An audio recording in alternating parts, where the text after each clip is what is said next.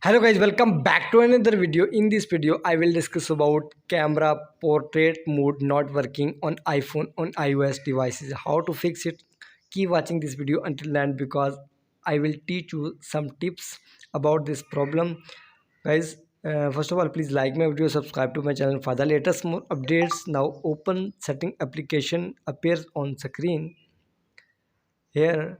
Now scroll down, tap on battery and must be turn off low power mode from here because it's a very big problem in portrait mode on iPhone.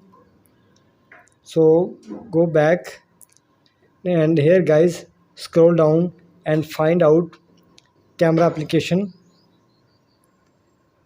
Here guys, simply tap on it.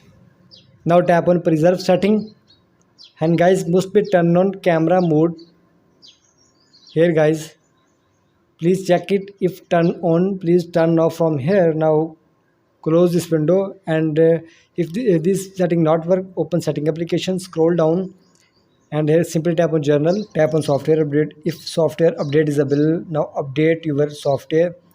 Your problem will be solved after software update. If this pattern not work, now clean the camera front side and back side.